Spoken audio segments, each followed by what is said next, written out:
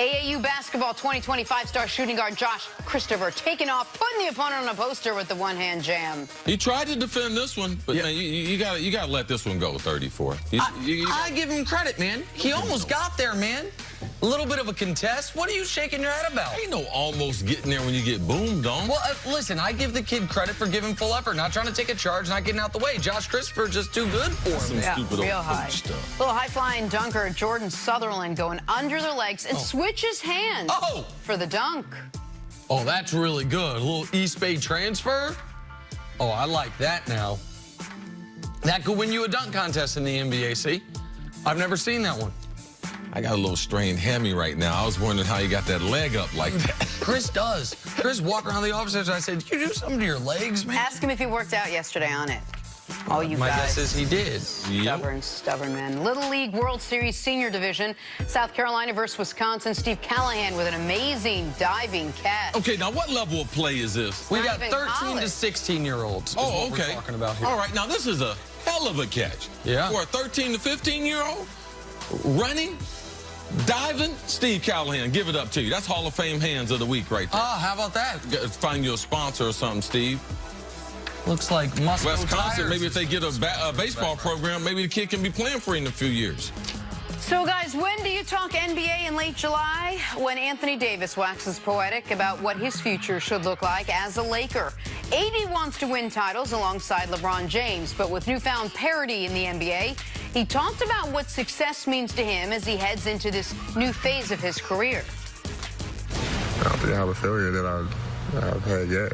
Honestly, you know, at the end of my career, if I don't win a championship, that would be, I feel like that's one of my biggest failures. But right now, I still have a lot to do in this world, you know, on and off the court. So I don't think I failed at anything. You know, I think I continue to just do it over until I, you know, succeed at it. Anthony Davis talking about how he has yet to really fail at any level in his career. He hasn't been that successful with New Orleans just because the team didn't go very far. But what do you make of what Anthony Davis had to say? I mean, he's totally correct that this would be the only level that he didn't win a championship. He was only at Kentucky 1 year. They're the best team in the country. They won a title. Yes. He was dominant on both ends of the court. They got to New Orleans. He was so good so quickly. They tried to microwave that process, traded away some picks, signed some bad contracts because they thought, oh, we can win. He's an MVP candidate by year 3. We can win right now.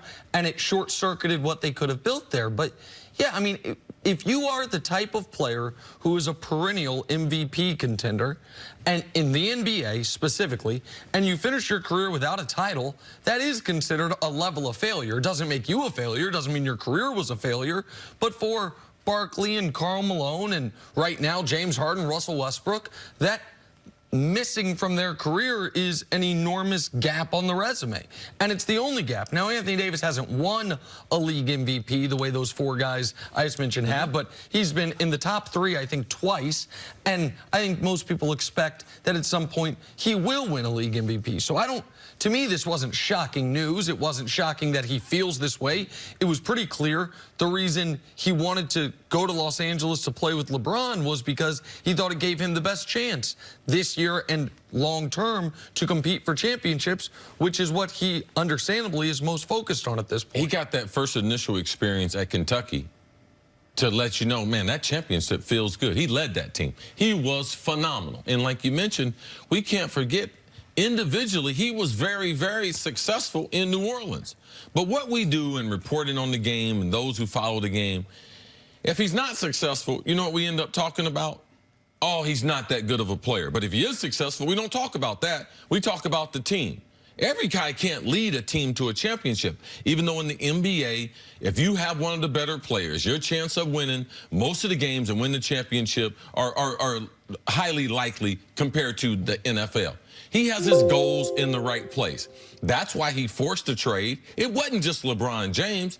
It was the Lakers. It was the attraction of a big man playing for the Lakers, how they've always had a big guy, and they put other stars around it for the rest of his 10-year career or potentially even longer. So he made the right move. His head's in the right place.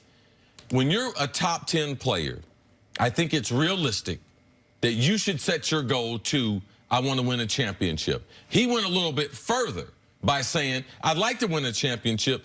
Most high-level people won't say my career was a failure, because I wouldn't admit that. I would have loved to win a championship. Man, I tried, but I'm not going to say my career was a failure. His career will not be a failure if he doesn't win a championship. It also should be noted, Anthony Davis has been to the playoffs twice, and the team he's lost to both times is a team that won the title, Golden State. The first time he was there, year 3, I remember this game vividly. Anthony Davis was killing the Warriors when they were down 2-0 in the first game back in New Orleans, just killing them. And the Warriors went crazy at the end of regulation. Steph hit a 3, falling down in the corner to force overtime. They end up winning that game, going to sweep them. He doesn't make the playoffs again for another few years. Then they go and sweep Portland 4-0 when Portland's the 3 seed. Then who do they face? The Warriors again, this time with Kevin Durant, because the Warriors were the 2 seed that year. And they didn't. Anthony Davis was great in that series again, and they won 1 game. Like it has not, you can argue, why weren't they better the 2 years prior when they missed the playoffs and Davis missed some time and there were questions there. I get it. But nobody should doubt how great of a player he is, and I do think there is a little extra pressure on the NBA star when people are looking at careers than in the other sports, because people do say, if you're that good in the NBA, you should. There's not. Well, because you influence the offense and the defense. Right. I mean, you should. You're on the court. I mean, Tom Brady's won that many Super Bowls, but imagine if you had a two-way player. It should be disproportionate as far as the greater player winning championships. Go ahead. No, clearly Anthony Davis wants to win, and it is important to him winning. Failure is not even an option. Do you think if he doesn't win in year 1 with the Lakers, he'll go somewhere else and try to do it? No, absolutely not. This was going to be the messaging. That's the reason why the Knicks. I know for a fact Anthony Davis, Rich Paul, they told the Knicks, we're not going to sign an extension. So all year, even if you make this trade for me, all year you have to explain this to your fan base, that he's still going to become a free agent. He's not going to sign a long term until the summer of 2020. That was no matter where he went. The Lakers and LeBron, they can handle that. There's stability there with the Lakers now because they got LeBron. They got AD. So as far as developing the rest of that roster, the flexibility that they didn't have with free agency, latent free agency with the Kawhi thing going on, they have a competent roster. They have a good NBA team. I think that's just the beginning stages of what they're trying to build. We're going to see a lot more interviews of Anthony Davis because we haven't seen a whole bunch of him playing there in New Orleans. And I think that Anthony Davis, I would be shocked, just absolutely gobsmacked, if he doesn't re-sign with the Lakers after this year. But I also be pretty surprised if he signs that 5-year max deal you can sign. My guess is he knows what everybody knows, what Kawhi knew. Oh, you can get a much bigger deal after 10 years in this league. Anthony Davis, after this year, who will have played 8 seasons in the NBA.